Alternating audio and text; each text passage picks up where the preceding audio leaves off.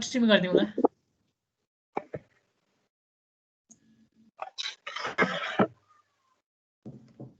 Okay, कहाँसम्म थियौँ हामी?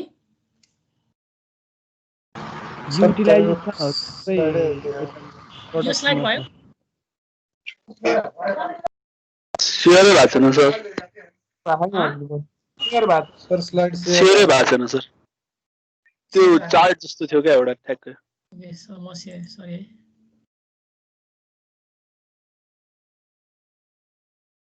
यहीँनेरि गर्दै थियौँ सर। यही हो सर। यो हो? होइन, अघिल्लो। यो हो? हजुर, यसमा थियौँ। युटिलाइजेसनतिर पुग्न आँटेको थियौँ। ओके, बेसिकली मैले के भन्दै थिएँ भने यो तपाईँले यो मैले त यो किन हाइलाइट गरेको भने है, यहाँ हेर्नु त हाइलाइट गरेको छ नि, रेड कलर छ नि। हाम्रो कोर्सले हजुर सर एक्ज्याक्टली तपाईहरुको सिलेबसमा चाहिँ यो मात्र छ है। यो बायोकेमिकल कन्भर्जन प्रोसेसको एनारोबिक डाइजेसन र अल्कोहल फर्मेन्टेसन मात्र छ। तर बायोमास भन्ने बित्तिकै यो एउटा महाभारत हो। हेर्नुस् त यहाँ यो थर्मोकेमिकल कन्भर्जन प्रोसेसको पनि यो ग्यासिफिकेसन पायरोलाइसिस भनेको यो छुट्टै चिज हो हैन। त्यसपछि यो चाहिँ फिजियोकेमिकल कन्भर्जन प्रोसेस पनि छुट्टै चिज हो। तर एटलिस्ट तपाईले चाहिँ यो सेमिस्टरमा चाहिँ तपाईलाई चाहिँ यो एउटा चाहिँ थाहा हुनु पर्यो। बायोमास भन्ने बित्तिकै यस्तो यस्तो हुने रहेछ भन्ने कुरा थाहा हुनु पर्यो है।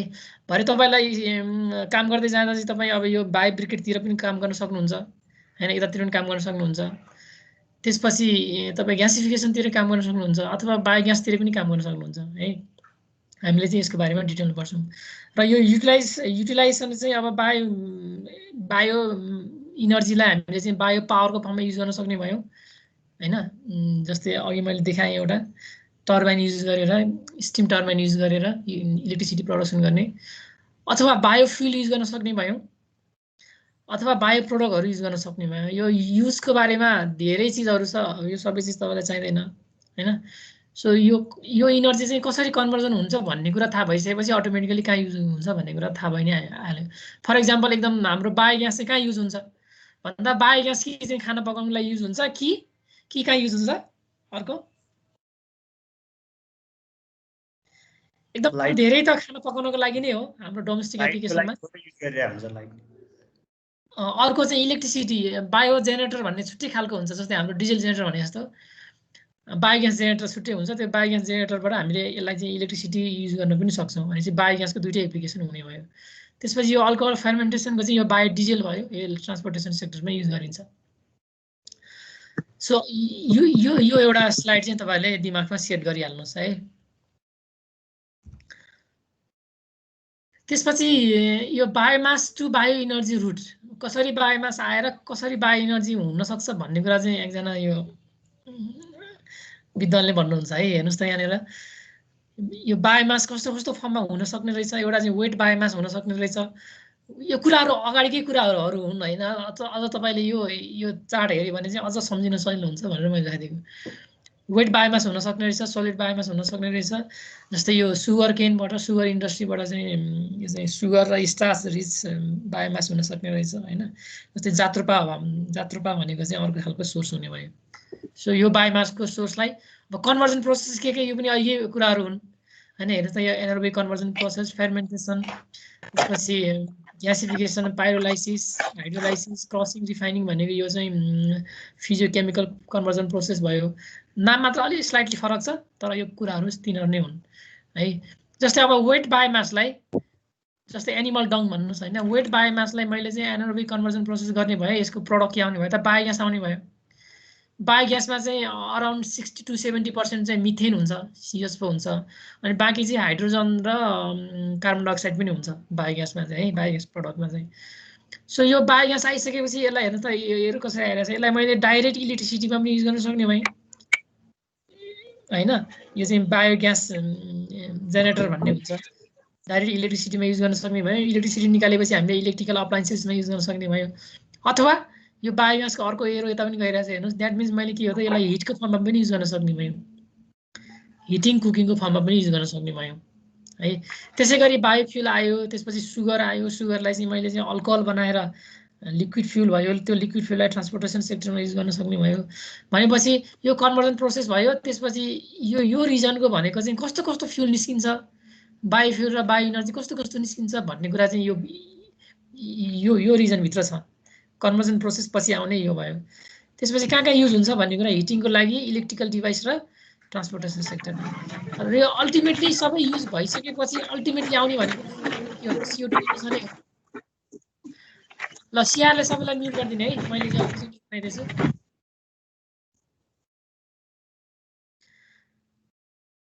जस्तै हामी ट्रान्सपोर्टेसन सेक्टरमा युज गर्छौँ अथवा पावर हाउसमा युज गर्छौँ भने यसको अल्टिमेटली इमिसन हुने फेरि पनि CO2 नै हो, थोरै इमिसन हुन्छ हैन। त्यो CO2 फेरि के गर्ने भयो त, हाम्रो प्लान्टलाई चाहिँ क्याप्चर गर्ने भयो। CO2 + H2 क्याप्चर गरेर यो चाहिँ in the presence of photon sun ray यसले के गर्ने भयो त, फेरि पनि हाइड्रोकार्बन बनाउने भयो हैन, ग्लुकोज बनाउने भयो। यो फेरि सबै बायोमासको फेरि पनि सोर्स भनेको फेरि के हो त, हाइड्रोकार्बन हो, ग्लुकोज हैन, यो फर्ममै हुन्छ भनेपछि। त्यही भएर मैले एउटा क्वेसन चाहिँ तपाईलाई किन चाहिँ यो चाहिँ बायोमासलाई चाहिँ किन रिन्युएबल इनर्जी भन्ने, जस्तै CO2 त मैले अगाडि देखाएँ हैन, हेर्दा यहाँ CO2 इमिसन त हुने रहेछ। जस्तै सोलर प्लान्टबाट CO2 इमिसन नहोला, तर बायो इनर्जीबाट त CO2 इमिसन त हुने रहेछ हैन। डाइरेक्ट बन्द गऱ्यो भने यति धेरै हुने रहेछ। यसलाई चाहिँ हामीले इन्डाइरेक्ट बन्द गऱ्यो भने, कन्ट्रोल इन्भाइरोमेन्टमा बन्द गऱ्यो भने सर्टेन इमिसन त हुने रहेछ नि। त्यही पनि हामी यसलाई रिन्युअल किन भन्छौँ? हामीले पढेको त रिन्युअल भनेको त इन्भाइरोमेन्ट फ्रेन्डली हैन, ग्रिनहाउस ग्यास इमिसन नगर्ने यस्तो यस्तो भनेर पढाएको थियौँ पहिला। सर एकदमै कम गर्ने भएर होला, यो कार्बन साइकलकै पार्ट भएर हो। एक्ज्याक्टली, यो चाहिँ कार्बन साइकलको पार्ट भएर है। हेर्नुहोस् त यहाँ जति कार्बन इमिसन गर्छ त्यो कार्बन, त्यसले इमिसन गरेको कार्बन फेरि हाम्रो चाहिँ प्लान्टले चाहिँ फेरि के गर्छ त, क्याप्चर गर्छ हैन, रिसिभ गर्छ। अनि त्यसले चाहिँ फेरि हामीलाई के दिने भयो त, अक्सिजन र हाइड्रोकार्बन दिने भयो। अक्सिजन अब हामीले युज गर्न सक्ने भयो हैन। त्यसपछि यो हाइड्रोकार्बन भनेको फेरि पनि यो फ्युलमा युज गर्न सक्ने भयो भनेपछि यसको लाइफ साइकलमा, जस्तै कुनै एउटा रुखलाई भन्नुहोस्, कुनै एउटा ट्रीलाई भन्नुहोस्, तपाईँले कुनै रुखलाई चाहिँ बर्न गर्दाखेरि जति त्यसले चाहिँ CO2 इमिसन गर्छ त्योभन्दा बढी CO2 चाहिँ त्यसले आफ्नो लाइफ साइकलमा चाहिँ क्याप्चर गर्छ, CO2 एब्जर्भ गर्छ। द्याट मिन्स के भयो त, यसको चाहिँ लाइफ साइकलमा हेर्ने हो भने यो कार्बन न्युट्रल भन्छ, यसलाई कार्बन ब्यालेन्स भन्छ है।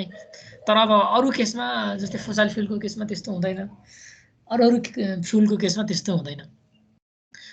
र यो कोर्स कन्टेन्ट, तपाईँहरूको कोर्स कन्टेन्ट हेर्नुहोस्, biomass, what is biomass and what is biochemical conversion process. यो थ्योरेटिकल कुरा भयो, यो सिम्पल कुरा भयो, यो जसले पनि बुझिहाल्छ है।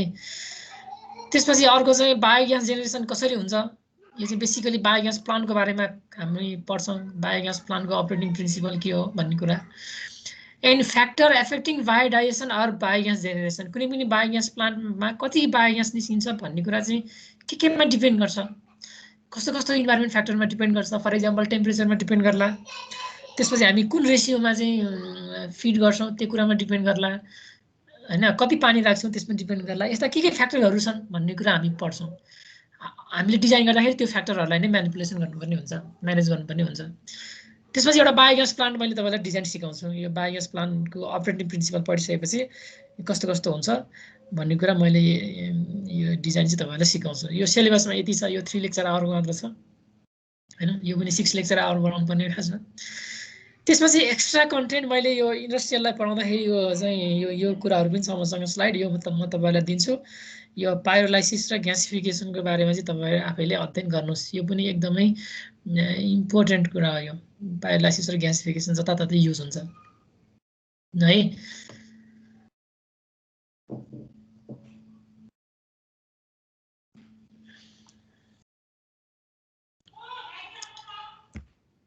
ओके,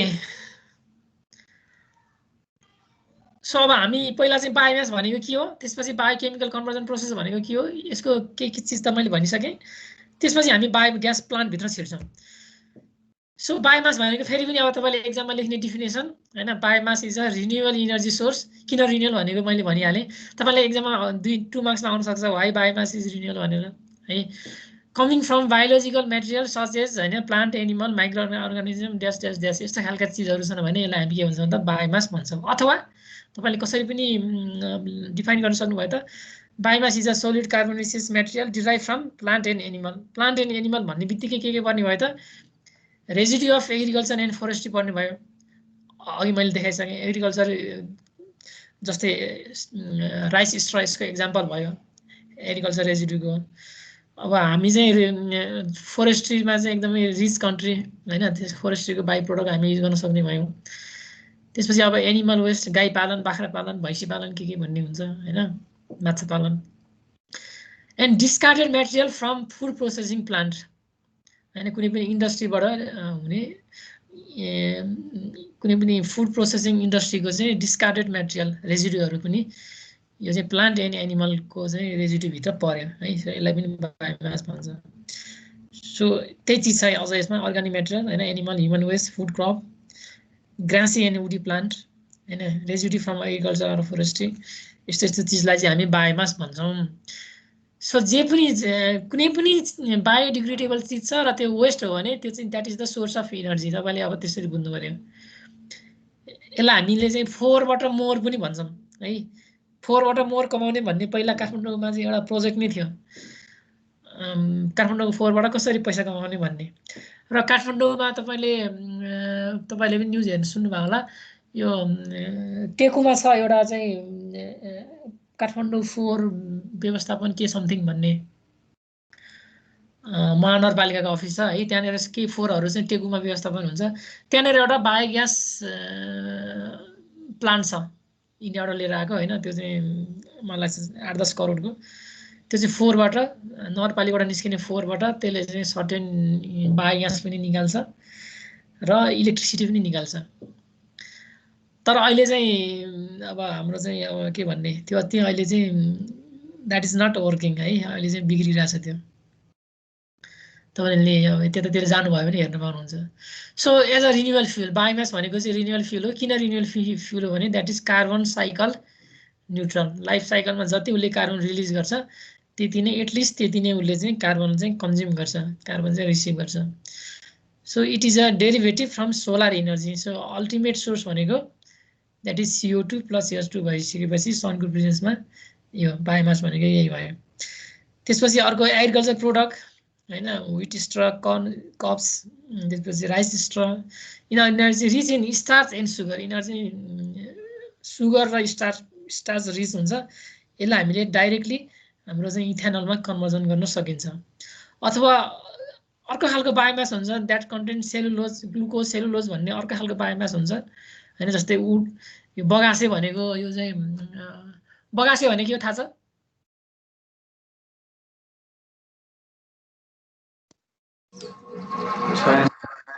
छैन सर। तराईतिरको मान्छेलाई थाहा हुनुपर्ने।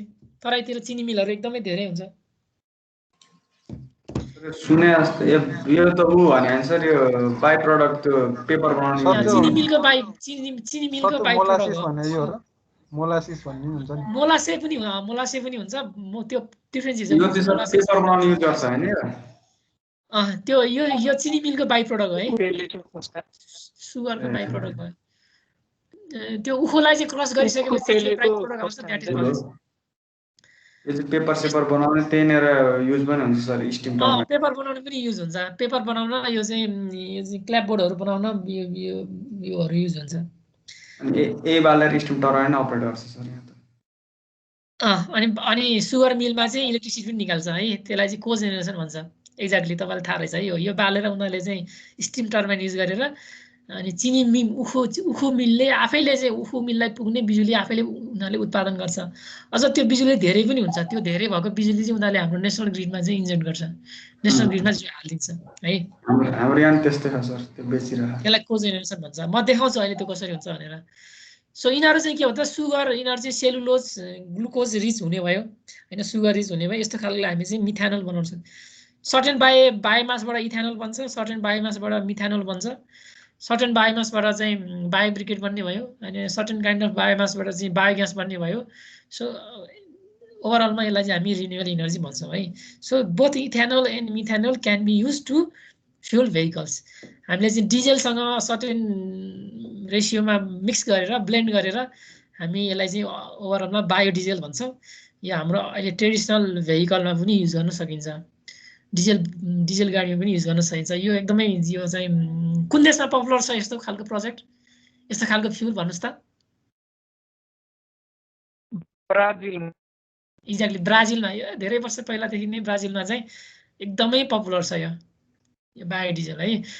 तपाईँले चाहिँ रक्सीबाट गाडी कुदायो भनेर न्युज पढ्नुभयो होला बच्चामा। ओके, रिसोर्सेस फर बायोमास है। हेर्नुहोस् त, बायोमासको एउटा इनर्जी क्रप, जस्तै मैले स्विडेन र यहाँ फिनल्यान्डको मैले इक्जाम्पल भने होइन। स्विडेन र फिनल्यान्डमा यो इनर्जी क्रप चाहिँ एकदमै पपुलर छ। मैले अघि पनि भने है, त्यहाँ मान्छेको प्राइभेट जङ्गलै हुन्छ र त्यो जङ्गल चाहिँ फेरि अब हाम्रो नेपालको जस्तो जङ्गल होइन। नेपालको जङ्गल चाहिँ अलिकति के भने एकदम ट्रेडिसनल जङ्गल भयो कि। त्यो जङ्गल रुख त्यहीँ उम्रन्छ, त्यहीँ हुर्कन्छ, त्यहीँ मर्छ, त्यहीँ सिद्धिन्छ। त्यो हामीले युज गर्नै पाउँदैनौँ, डाइरेक्ट युजै हुँदैन। त्यो हामीले इन्डाइरेक्ट युज भनेको यो एउटा चाहिँ कार्बन साइकल, त्यसपछि यो चाहिँ हाम्रो इन्भाइरोमेन्ट होइन, यो चाहिँ त्यसको लागि मात्र एउटा इन्डाइरेक्ट बेनिफिट छ। डाइरेक्ट बेनिफिट हामीले हाम्रो जङ्गलबाट युज गर्न सकेका छौँ, तर यो अरू देशमा त्यस्तो हुँदैन। अरू देशमा चाहिँ रुख हरेक सर्टेन इयरमा चाहिँ रुख काटिन्छ। एउटा रुख काटेपछि 2टा रोप्नुपर्छ होइन। त्यो काटेको रुख चाहिँ अब हाम्रो चाहिँ अब यो चाहिँ वुडको लागि पनि युज हुने भयो, फर्निचर बनाउनु पनि युज हुने भयो, त्यसपछि बिजुली निकाल्न पनि युज हुन्छ। जस्तो यो विलो, ह्याम्प यस्तो यस्तो भन्ने हुँदो रहेछ स्विडेनमा चाहिँ है। यो चाहिँ रेड यस्तो यस्तो क्यानरी ग्रास भन्ने यस्तो यस्तो हुँदो रहेछ फिनल्यान्डमा चाहिँ। यो यिनीहरूको चाहिँ एउटा इनर्जी क्रप भयो। मान्छेले चाहिँ धान लगाउनुको सट्टा यस्तो खालको क्रप लगाएर त्यसपछि त्यो बायोमास प्लान्टलाई इन्डस्ट्रीलाई चाहिँ बेच्छन् है। त्यसपछि नेचुरल भेजिटेबल ग्रोथ हुनसक्छ। र अरू अर्ग्यानिक वेस्ट भनेको फरेस्टबाट आउने, एग्रिकल्चरबाट आउने होइन, अर्बन वेस्ट भनेको नगरपालिकाबाट आउने होइन, स्वेज ट्रिटमेन्ट प्लान्टबाट आउने, त्यसपछि इन्डस्ट्रियल वेस्टबाट आउने, यस्तो भयो। अब यसको हेर्नुहोस् त, फरेस्टबाट आउने चाहिँ यस्तो यस्तो खालको हुने भयो होइन। यो निम हेर्नु, किगार, गलमर यस्तो यस्तो नाम भनेको फरेस्टहरू हुँदो रहेछ। सडस्ट होइन, बार्क रेजिड्यू, आर्जेनेट, समिल्स। त्यसपछि एग्रिकल्चर क्रप रेजिड्यू, यो हेर्नुहोस् त, यसलाई चाहिँ पेलेट भन्छ है। यहाँ तपाईँले यो इमेजमा देख्नुभयो, यो सानो सानो छ नि, यो पेलेट भन्छ। यो पेलेटलाई यो चाहिँ एकदमै कार्बन रिच हुन्छ र यसको इनर्जी डेन्सिटी पनि एकदमै हाई हुन्छ। हामीले दाउरालाई डाइरेक्ट बाल्दा पनि आखिरी आउने त आगो नै हो, तैपनि हामी दाउरालाई डाइरेक्ट बाल्दैनौँ। किन?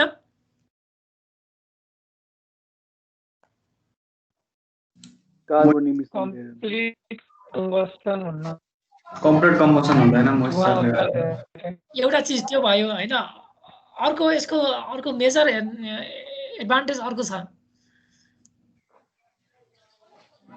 इनर्जी धेरै आउने होला नि। हो एक्ज्याक्टली, यसको इनर्जी कन्टेन्ट हाई हुन्छ। यो चाहिँ इनर्जी डेन्स हुन्छ है। यो तपाईँले एक भारी दाउरा बाल्नु र यो चाहिँ 1 किलो यो बाल्नुमा, एक भारी दाउरा भनेको हुन मेबी लेट्स से 20 किलो होला होइन। 20 किलो दाउरा बाल्नु र यो 2-4 किलो यो बाल्नु चाहिँ करिब उस्तै उस्तै हुन आउँछ। सो यो इनर्जी कन्टेन्ट चाहिँ यसमा एकदमै हाई हुन्छ है।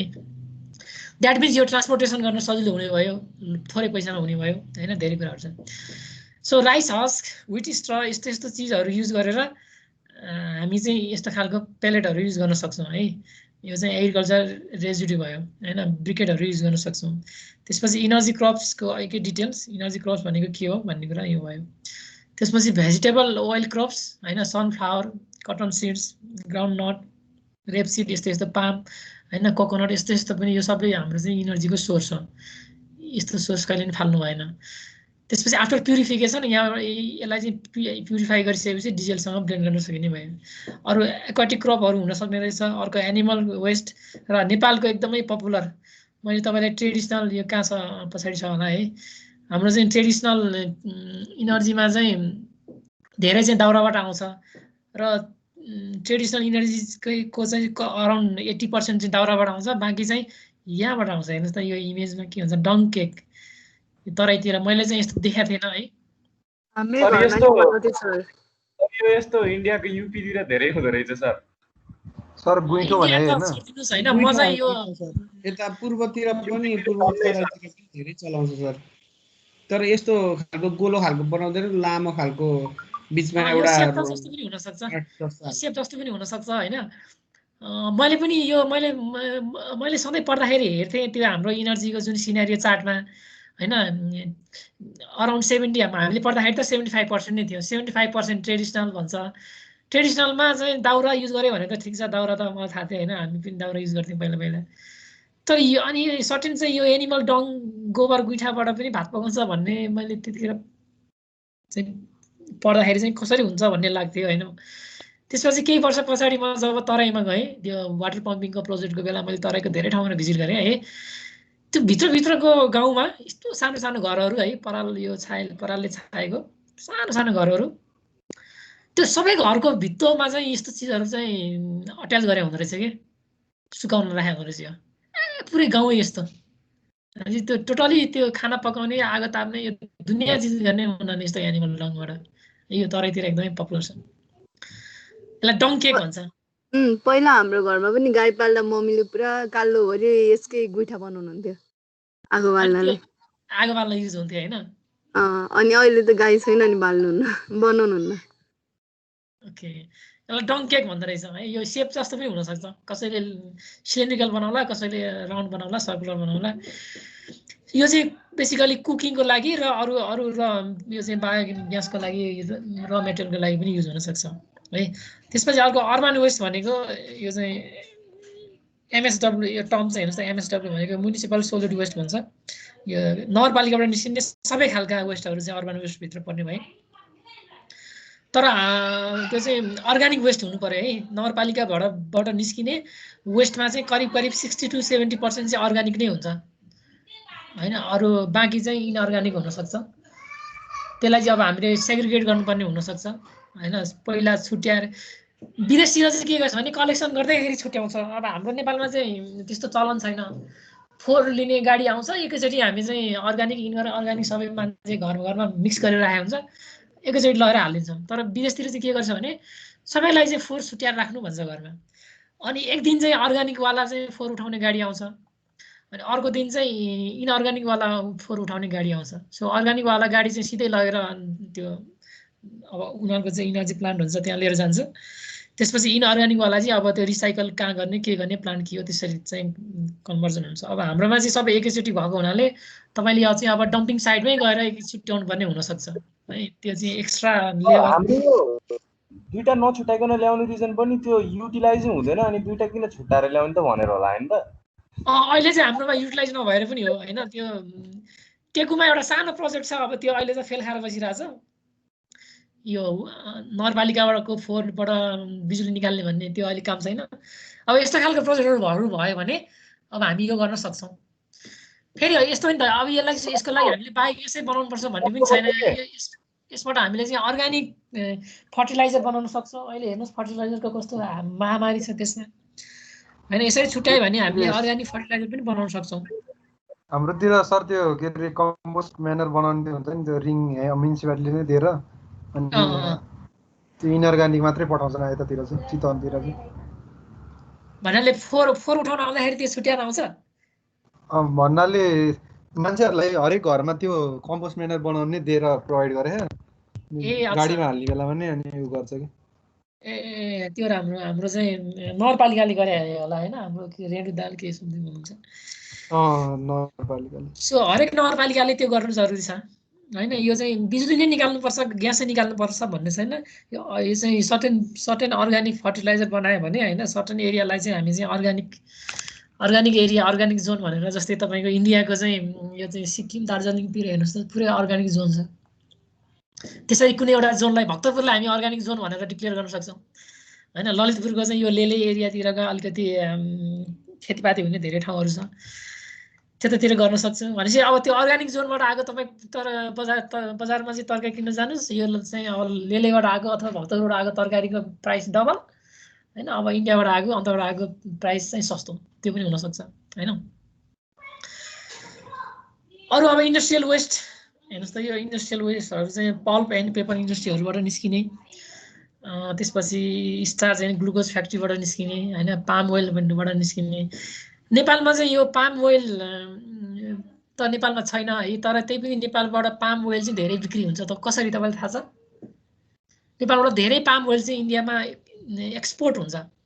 छैन सर, थाहा छैन। थाहा छैन है? एक्सपोर्ट चाहिँ थाहा छ, अब तर के को लागि एक्सपोर्ट हुन्छ त्योहरू। ए नेपालमा पामबाट ओइल निकाल्ने इन्डस्ट्री धेरै छ नेपालमा है, तर नेपालमा पाम चाहिँ कहिले पनि छैन।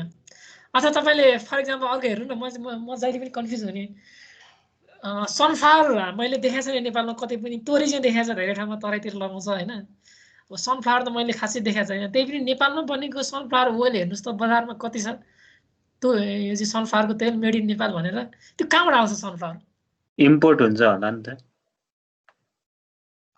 तेलै इम्पोर्ट हुन्छ कि र मेटेरियल इम्पोर्ट हुन्छ? र मेटेरियल इम्पोर्ट हुन्छ होला नि। पाम ओइलको चाहिँ र इम्पोर्ट हुन्थ्यो मलेसियाबाट, अनि यही बिचमा चाहिँ इम्पोर्ट चाहिँ बन्द गरेको थियो इन्डियाले। इन्डियामा चाहिँ तपाईँलाई थाहा रहेछ है, अलिअलि न्युज तपाईँले पढ्न गरेको रहेछ। सो त्यस्तै हो यो पनि, त्यो चाहिँ सनफ्लावर ओइल भने जस्तै यो पाम पनि बेसिकली यो मलेसियाबाट आउँछ। पाम इन्डिया हुँदै नेपालमा आउँछ। पाम आउँछ भनौँ, र मेटेरियल आउँछ। नेपालमा इन्डस्ट्रीहरू छन्, उनीहरूले चाहिँ तेल निकाल्छ, अनि त्यो तेल चाहिँ फेरि लगेर इन्डियामा बेच्छ होइन। अब इन्डियाले चाहिँ त्यो भर्सार फ्री ड्युटी फ्री अब सर्टेन प्रोभिजन थियो पहिला, अहिले चाहिँ अब नेपाल इन्डियाको रिलेसन पनि राम्रो छैन, अहिले चाहिँ ब्लक छ क्यारे। सो त्यहाँबाट निस्किने त्यो पाम ओइलबाट निस्किने रेजिड्यू पनि यसको लागि हाम्रो चाहिँ के हो त, अब बायोमास पढ्ने विद्यार्थीले। सो बायोमास पढ्ने विद्यार्थीले अब तपाईँले चाहिँ के सोध्नु पऱ्यो त, यो फोरबाट मोर भने मैले होइन, फोरबाट पैसा कमाउने, यो चाहिँ फोर देख्ने बित्तिकै यो चाहिँ पैसा हो भन्ने कुरा बुझ्नु पऱ्यो। अनि जुन ठाउँमा चाहिँ ल्यान्ड चाहिँ यतिकै अनयुटिलाइज ल्यान्ड छ, ब्यारेन ल्यान्ड छ, घाम लागिरहेछ भने यो पनि पैसा हो भन्ने कुरा बुझ्नु पऱ्यो है। दुईवटा चिज चाहिँ बुझ्नु पऱ्यो। जस्तै आजकल हेर्नुहोस् त कस्तो क्लियर घाम लागिरहेछ, कस्तो राम्रो घाम लागिरहेछ, कति इनर्जी निस्किन्छ घामबाट। सो यहाँ मैले धेरै सोर्सहरू देखाएँ यो बायोमासको। धेरै पैसा हजुर धेरै पैसा आइरहेछ सर, क्लियर घाम लाग्यो। धेरै पैसा, मैले त एकदमै पैसा देख्छु जताततै, तर के गर्नु खोइ इन्भेस्टमेन्ट छैन होला नि त सर पैसा निकाल्नलाई। त्यही त इन्भेस्टमेन्ट छैन अब नेपालमा, त्यही हो धेरै कुरा छैन। मैले हेर्नुहोस् यहाँ धेरै चिजहरू तपाईँले देखाएँ बायोमासको सोर्स, तर एकदमै आइडियल सोर्स बायोमासको आइडियल सोर्स भनेको सबसे बेस्ट सोर्स भनेको सुगर केन, यो सुगर इन्डस्ट्रीबाट, सुगर मिलबाट, चिनी मिलबाट निस्किने नै सबैभन्दा राम्रो सोर्स हो। हेर्नुहोस् त के बन्न सक्छ, एक थोपा पनि युज हुने यो चाहिँ खेर जाँदैन, यो सुगर मिलबाट निस्किने बाई प्रोडक्ट। अथवा यो जब तपाईँहरू चाहिँ उखु खेती गर्नुहुन्छ भने यो यत्रो उखुको यत्रो एउटा केही खेरै नजान्ने रहेछ नि, यो फार्म गर्ने त्यो उहरूलाई किसानहरूलाई चाहिँ किन पैसा दिँदैन उखुले? उस्तै आउँछ। हेर्नुहोस् त यो प्रिन्सिपल प्रोडक्ट भनेको सुगर भयो, यो ह्युमन कन्जम्सनको लागि युज हुने भयो यसको प्रिन्सिपल प्रोडक्ट होइन। त्यसपछि product one, by product one, exactly by product त होइन, त्यही पनि मैले प्रिन्सिपल भनिसकेपछि चाहिँ बाई प्रोडक्ट भने होइन। सो बाई प्रोडक्ट वान भनेको यो चाहिँ केन टप्स छ नि, यो चाहिँ टुप्पामा जुन हरियो छ, यो चाहिँ तपाईँले एनिमल फुडर युज गर्न सकिने भयो, गाई भैँसी यस्तोलाई खुवाउन सक्ने भयो। त्यसपछि बाई प्रोडक्ट टू भनेको जुन अघि मैले बगासे भने, यो बगासे भनेको चाहिँ जस्तै यसलाई लगेर मिलमा चाहिँ क्रस गरिसकेपछि, यो चाहिँ क्रस गरिसकेपछि फर्स्ट स्टेजमा आउने बाई प्रोडक्ट भन्छ है त्यसलाई, त्यो बगासे भयो। त्यो चाहिँ अब बाई इलेक्ट्रिसिटीमा युज हुन्छ, बोइलरमा युज हुन्छ। अघि मैले को जेनेरेसन भनिहालेँ, हरेक सुगर मिलले चाहिँ आफैले चाहिँ स्टिम टर्बाइनबाट बिजुली निकाल्छ र उसको मिललाई पुग्ने बिजुली सबै त्यहीँबाट युज गर्छ है। अनि बढी भएको बिजुली फेरि हाम्रो एनईएलाई पनि बेच्छ। बाई प्रोडक्ट टू भयो। बाई प्रोडक्ट थ्री भनेको प्रेस मड। यो प्रेस मड चाहिँ यो एकदमै यो बायोग्यासको लागि एकदमै पपुलर छ नेपालमा। अहिले पनि जसले पनि यो लार्ज स्केलको बायोग्यास बनाइरहेछन्, मैले तपाईँलाई एउटा देखाउँछु पोखराको केस स्टडी है। त्यो उनीहरूले चाहिँ प्रेस मड युज गर्छ। यो प्रेस मड भनेको चाहिँ यो बगास, यो उखुलाई फेरि क्रस गरिसकेपछि जुन लिक्विड आउँछ, त्यो लिक्विडलाई फेरि सर्टेन प्रोसेसिङ गर्ने बेलामा यो एउटा अर्को फेरि एउटा के भन्छ, यो चाहिँ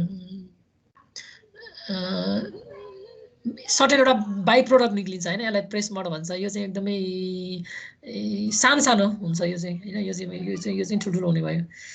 त्यसपछि आउने अल्टिमेटली चाहिँ यो त्यसलाई फिल्टर गरिसकेपछि आउने चाहिँ जस्तै यो प्रेस मड भनेको चाहिँ फिल्ट्रेसनको बेला बुझ्नुहोस् न, जस्तै क्रस भएपछि लिक्विड आयो, त्यो लिक्विडलाई मैले फिल्टर गर्नु पर्यो, फिल्टर गरिसकेपछिको बाई प्रोडक्ट भनेको प्रेस मड भयो। अब त्यो फिल्टरबाट चाहिँ फेरि अब क्रिस्टल फर्म गर्नुपर्छ चिनी बनाउनको लागि। तर त्यो सबै क्रिस्टल फर्म हुँदैन, त्यो क्रिस्टल फर्म भएर बाँकी भएको फेरि अर्को बाई प्रोडक्ट हुन्छ, त्यसलाई चाहिँ मोलासिस भन्छ है। जस्तै यो चाहिँ के भन्छ, सखर पनि भन्छ गाउँघरतिर है, सखर। हजुर सखर। त्यसबाट त्यो बायोफ्युलको लागि एकदमै राम्रो हो त। त्यो चाहिँ एल्कोहलहरु बनाउन पनि युज गर्छ हैन अनि? एक्ज्याक्टली अल्कोहल बनाउन युज हुन्छ। त्यो भनेको अहिले मैले जुन बायोफ्युल भने इथेनल मिथेनल भने नि त्यसको लागि एकदमै राम्रो हो। यो मोलासेसबाट बायोफ्युल बन्छ, प्रेस मडबाट बायोग्यास बन्छ, बगासेबाट इलेक्ट्रिसिटी निस्किन्छ। त्यसपछि हजुर यता रक्सी बनाउनको छ, त्यो रक्सी बनाउनको लागि हैन भेलीहरु लिएर चाहिँ त्यही हो।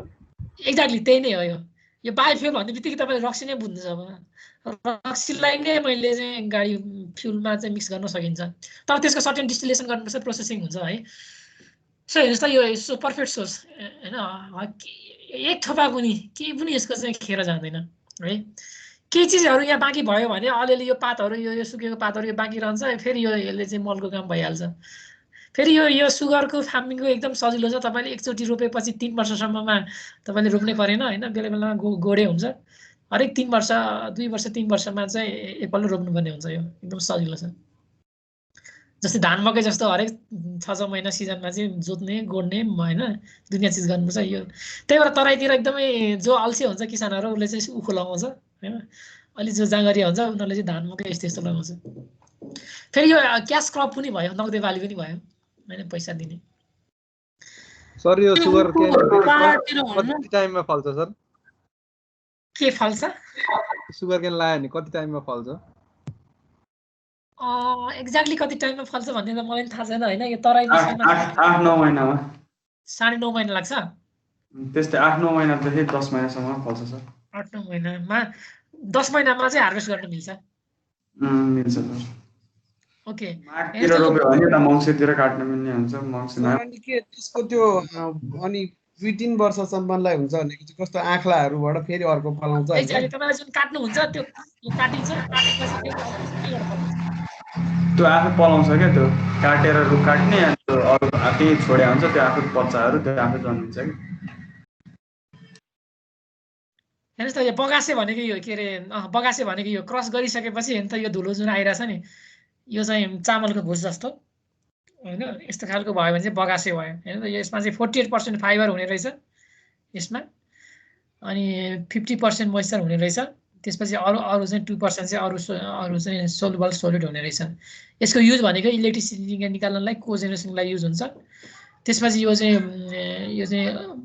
पार्टिकल बोर्डको लागि जस्तै प्लाइवुड जस्तै हामी युज गर्छौँ, प्लाइवुड जस्तै बनाउनु पनि युज हुने रहेछ, पेपर बनाउनु युज हुनुहुन्छ होइन। यो इन्डस्ट्रियल युजको लागि पनि युज हुनेछ। अल्टिमेटली एउटा मिथेन पनि बनाउन सकिने रहेछ बगासेबाट। त्यसपछि अर्को चाहिँ मैले अघि चाहिँ प्रेस मड भने यो प्रेस मड हेर्नुहोस् त फिल्टर गरिसकेपछि होइन फिल्ट्रेसनको चाहिँ बाई प्रोडक्ट चाहिँ यो प्रेस मड भयो। यहीँ popular to use in biogas plant example पोखरामा एउटा 4000 घनमिटरको एउटा बायोग्यास प्लान्ट छ, नवलपरासीमा चाहिँ 3700 घनमिटरको बायोग्यास प्लान्ट छ। उनीहरूले चाहिँ फेरि बायोग्यास प्लान्टमा एउटै चिज मात्र राख्नु हुँदैन, किन राख्नु हुँदैन म तपाईँलाई पछि भन्छु, त्यो डिजाइन गरेर नै हेरौँला। सो यो पनि उनीहरूले मिक्स गर्छ, यो प्रेस मड पनि मिक्स गर्छ। यो एकदमै राम्रो सोर्स हो, बायोग्यासको राम्रो सोर्स हो। अर्को मोलासे भनेको यो जुन यो बाई प्रोडक्ट तपाईँले देख्नुभयो नि कालो हुन्छ होइन, यो फिल्ट्रेसन यो क्रिस्टलाइजेसन भएर बाँकी रहेको यो लिक्विड चाहिँ यस्तो खालको एकदम भिस्कस लिक्विड हुन्छ, यो चाहिँ मोलासे हुन्छ। यहाँबाट चाहिँ इथाइल अल्कोहल एसिटिक एसिड यो दुनियाँ चिजहरूका बायोडिजल बनाउनको लागि युज हुन्छ है। मैले मेन चिज त यहाँ भने हेर्नुहोस् त, अब तपाईँले भने यो सुगर केनबाट मोर देन 150 वटा बाई प्रोडक्ट यो चाहिँ प्रोडक्टहरू निस्किने रहेछ।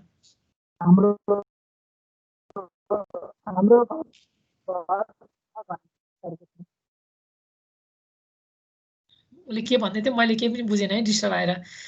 हेर्नुहोस् त यो सुगर केनबाट मोलासे भयो होइन, बगासे भयो, बगासेबाट के निस्किन्छ होइन सुगर त भइ नै आयो मोलासेबाट के निस्किन्छ होइन फर्ने यो दुनियाँ चिज यो स्लाइडमा तपाईँले दिन्छ यहाँ सोर्स पनि छ पढ्नु छ यो मोर देन 150 चिजहरू चाहिँ निस्किन्छ सुगर इन्डस्ट्रीबाट तैपनि अब नेपालको चाहिँ के हो त we have a very bad story होइन despite of having this much of benefit अघि एकजनाले भन्दै थियो होइन किन पैसा दिँदैन भनेर हेर्नुहोस् त यो रिसेन्ट यो फोटोहरू हो संयुक्त उफु आन्दोलन सफल पार यो एउटा मात्र प्रब्लम के हो भने यो यति धेरै बेनिफिट छ गभर्मेन्टलाई मतलब छैन so lack of coordination between farmer and industry उखु किसानको आफ्नो चाहिँ समस्याहरू छन् इन्डस्ट्रीको पनि आफ्नो समस्या छ फेरि हेर्नुहोस् न यहाँनिर अब यो उखु किसान र इन्डस्ट्रीलाई चाहिँ कोअर्डिनेट गर्ने काम चाहिँ गभर्मेन्टको हुनुपर्ने होइन रेगुलेट गर्ने काम गभर्मेन्टको हुनुपर्ने अब उखु किसानलाई चाहिँ अब जस्तै उखु मिलले चाहिँ टाइममा पैसा दिन सक्दैन भने त्यो बिचको टाइमको लागि गभर्मेन्टले दिनु पर्यो किसानलाई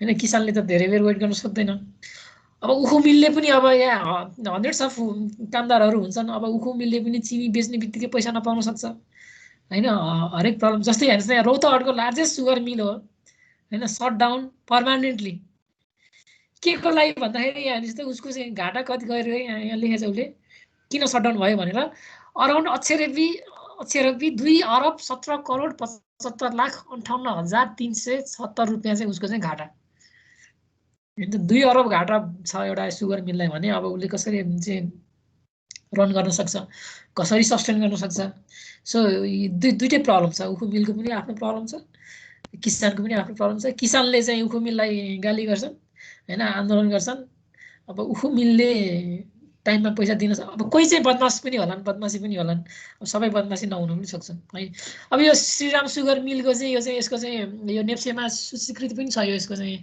सेयर मूल्य सेयरको बारेमा तपाईँलाई थाहा छैन है स्टकको बारेमा होइन यसको चाहिँ स्टक प्राइस पनि छ अब त्यो नेप्सेको त्यो भ्यालु नै घटेर कहाँ पुगिसक्यो यो जसले चाहिँ यसको सेयरहरू होल्ड गरिरहेछ उनीहरू चाहिँ रातारात करोडपतिबाट रोडपति हुने भयो त्यत्रो धेरै बाइ प्रोडक्ट हुँदाखेरि पनि कस्तो प्रफिट नभएको त नि यस्तो नि त सबै बाइ प्रोडक्ट युज हुँदैन जस्तै युज हुने भनेको अहिले जस्तै यसमा चाहिँ हाम्रो मिलहरूले बेसिकली युज गर्ने भनेको यो एउटा इनर्जी चिनी र यो चाहिँ इलेक्ट्रिसिटी निकाल्न युज हुन्छ अरू यो यिनीहरू भनेको यो त्यति युज छैन त्यही भएर उनीहरूले यो एकदमै कबाडको भावमा दिन्छ कि यो चाहिँ डाइरेक्ट हामीले मल पनि बनाउन सक्छौँ अर्ग्यानिक फर्टिलाइजर पनि बनाउन सक्छौँ यदि जस्तै यो बायोग्यास प्लान्टहरू हुने हो भने उनीहरूले चाहिँ हाई रेटमा चाहिँ पर्चेस गर्न सक्ने भए अब यो युजै छैन यसको चाहिँ मार्केटै छैन भने उनीहरूले चाहिँ यो चाहिँ कबाडको भावमा चाहिँ सित्तैमा जस्तो यस्तो चिजहरू सित्तैमा जस्तो दिनुपर्ने हुन्छ अथवा खेरै फाल्नुपर्ने हुन्छ होइन यो यो यो यो युजै भइरहेको छैन यसबाट उनीहरूले चाहिँ सप्लिमेन्ट्री इन्कम चाहिँ गर्न सकेको छैन अब हेर्नु त यति चिजहरू निस्किन्छ अब यो सबै चिज नेपालमा बन्द हजुर यिनीहरूले यो बगासीहरू भन्ने त्यो पछि त्यो प्रेस मल्ड भन्ने छ नि मड भन्ने यिनीहरू त पुरा इन्डस्ट्रीमा बोइलरहरू अब इन्डस्ट्रीमा त बोइलरहरू हुन्छ नि त चाउचाउ फ्याक्ट्रीहरू यो अनि अरू के साउन्ड फ्याक्ट्री बिस्कुट फ्याक्ट्री यिनीहरूमा त बनाउनु पर्छ नि त धेरै चाहिन्छ नि यिनीहरूलाई बोइलरहरू चाहिरहेको हुन्छ त्यसमा त धेरै युज हुन्छ त त्यो नभएर काठ युज गरेर हुन्छ सर यिनीहरूले अनि त्यो काठको सट्टामा यो युज गर्दा त अझै सस्तो पर्थ्यो होला त झन् अझ सस्तो पर्थ्यो राम्रो पनि पर्थ्यो होला त्यो मार्केटिङ पनि नहुनसक्छ होइन अब हाम्रो इन्डस्ट्रीमा बोइलरमा सबै अब डिजेल युज गर्छ होइन अब त्यो अब त्यही भनेको भने lack of coordination between farmer र इन्डस्ट्री र फार्मरको बिचमा कोअर्डिनेसन गर्ने त्यसपछि त्यो बाइ प्रोडक्टलाई कहाँ म्यानेज गर्ने कसरी युज गर्ने भन्ने कुरा यो एउटा कम्प्लिट चेनै भन्छ क्या यसको होइन यसको बाइ प्रोडक्ट निस्क्यो इन्डस्ट्रीले युज गर्ने कहाँ युज गर्ने भन्ने कुरा त्यो चेनै छैन हामी कहाँ